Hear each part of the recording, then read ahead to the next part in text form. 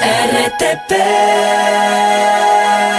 Nos acompaña a esta hora, 8:20, la doctora Julieta Zagnay, con quien vamos a hablar sobre la narcopolítica en el Ecuador, la tendencia o la influencia de jóvenes por ingresar a bandas criminales. La inseguridad o la delincuencia está en ascenso y esto también tiene que ver con un incremento de jóvenes que también están inmiscuidos en el microtráfico de drogas, y de ahí pues también una tendencia de consumo permanente en menores de edad. Bienvenida a la mañana en RTP, doctora Zagnay. Usted es parte de esta lucha que se ha venido dando en el Ecuador, sobre todo en Guayaquil, de recuperar a los jóvenes. Conozco parte de lo que usted ha podido hacer desde su trinchera y vamos a conversar de este tema. Bienvenida.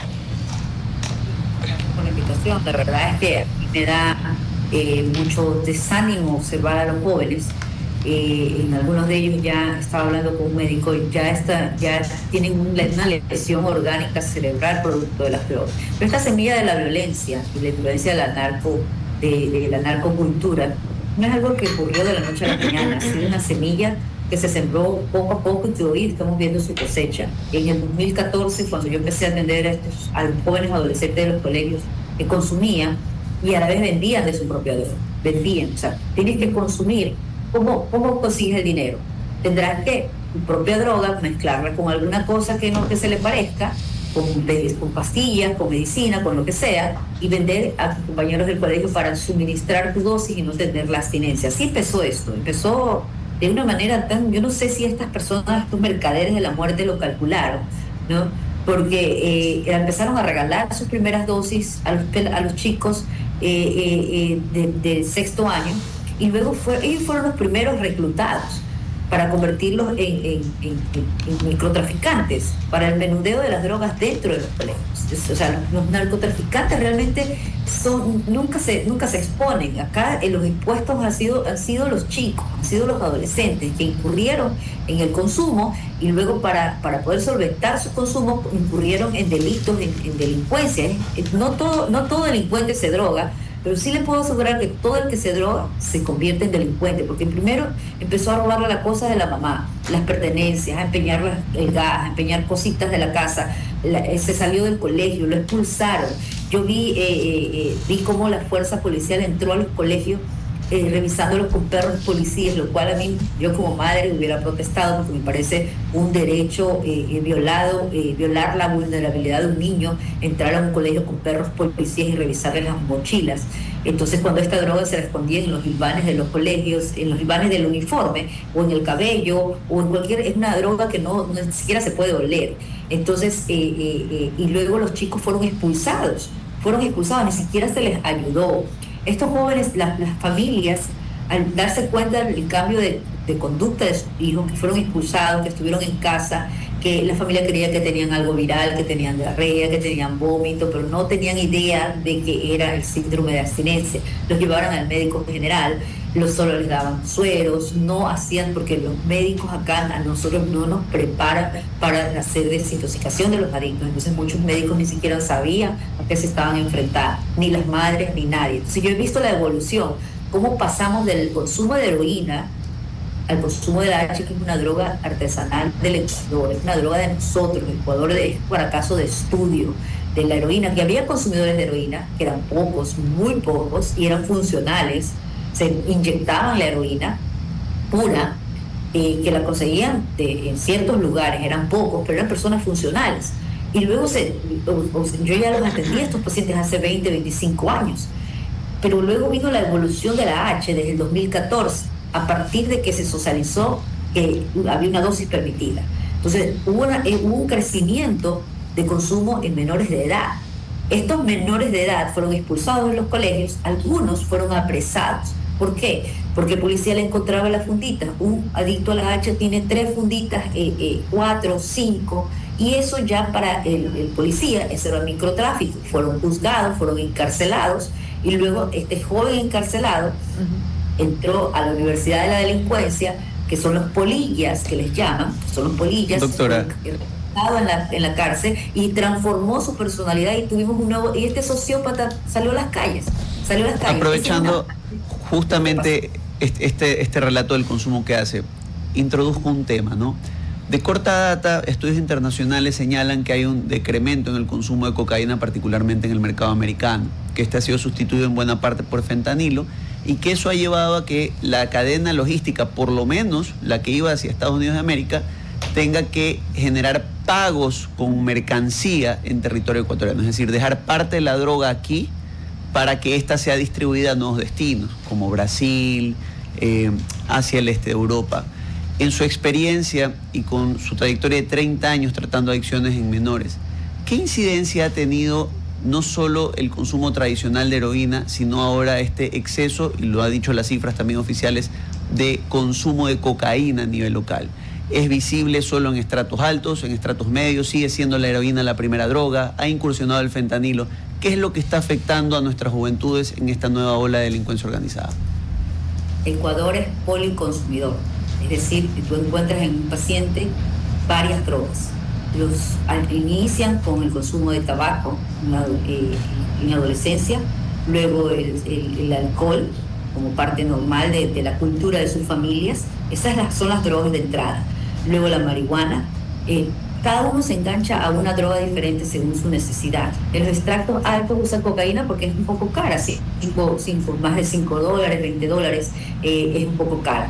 Pero hoy en día Ecuador se enfrenta a un policonsumo. Una persona a veces ni sabe lo que está consumiendo. Yo realizo pruebas de droga y a una persona que consume cocaína le he encontrado positivo para opioides, para metanfetaminas e incluso para fentanilo. He encontrado pruebas ya de drogas fentanilo, ni siquiera saben, y esto está pasando en todos los países, que todas las drogas están siendo contaminadas con fentanilo. Hace poco le encontraron en Posorga, creo, unas cantidades de drogas con ampollas de fentanilo. Sí, están siendo contaminadas los adictos. ¿Por qué? ¿Por qué hacen esto los traficantes? No es que buscan que se mueran, no. Buscan que sean más compulsivos, que se droguen a cada rato como lo hace el adicto a los opioides. El adicto a la cocaína tiene otra conducta. El adicto a la cocaína lo hace primero socialmente, en las fiestas, tiene un poco de control. El adicto a la marihuana, por ejemplo, por marihuana lo hace cada 30 días, cada 3 meses, y el daño se viene viendo cuando hay 5 años de consumo. En la cocaína es progresivo. Cuando ya no tienen dinero, a veces ya pasan a otras drogas derivadas de la cocaína, del crack, por ejemplo, porque la cocaína pura es más cara, al crack o aquí se llama base de cocaína, que tiene diferentes nombres. Algunos la cocinan con bicarbonato y le llaman plop. Entonces aquí hay una cultura muy diferente a otros países en cuestión del consumo, y cada quien consume según su necesidad y su personalidad. Una persona narcisista, por ejemplo, que busca un estilo de superioridad, consume cocaína para sentir poder, ejercer poder y tener control, para tener esa euforia que produce y ese placer que produce la cocaína. Pero una persona con ansiedad o con miedo, que quiere evadir la realidad, consume drogas depresoras como los opioides. Entonces en este caso un opioide, en cambio, es diferente, porque si tú consumes al mes, ya tu cuerpo está con dependencia física. Sí, física. No dejas de tomar.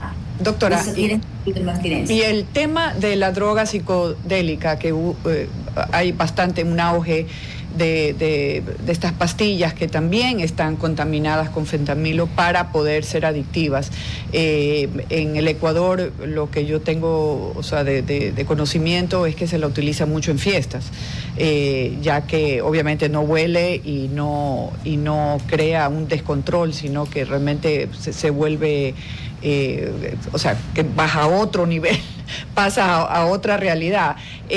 ¿Nuestros jóvenes están consumiendo esas pastillas? Sí, realmente los que consumen marihuana en las fiestas electrónicas consumen LSD y éxtasis, que es una droga cuyo efecto es de un día más o menos. Lo usan más o menos, por ejemplo, ellos saben que cuando consumen esas drogas no pueden consumir alcohol, que se pueden morir. Pero hay una droga que está circulando en el Ecuador y que nadie lo toma en cuenta, que está aumentando el consumo, es la 2CB. La 2CB es un trifásico, tiene cocaína, tiene éxtasis, tiene éxtasis y tiene ketamina, que es una droga que es un anestésico para animales. Entonces es una droga un poquito cara que se está usando mucho en las fiestas y aumenta la hipersexualidad. Realmente lo que engancha a los jóvenes en las drogas es la hipersexualidad y la hiperactividad que esta le provoca, el don de superioridad que les provoca. Esta droga está en aumento, hay mucho consumo de opioides, analgésicos, pastillas, benzodiazepinas entre los jóvenes que llevan a los colegios, las adquieren hasta por el mercado libre. Había un colegio que había un joven ingresado 200 pastillas de Xanax. Entonces, esto es lo que pasó en Estados Unidos.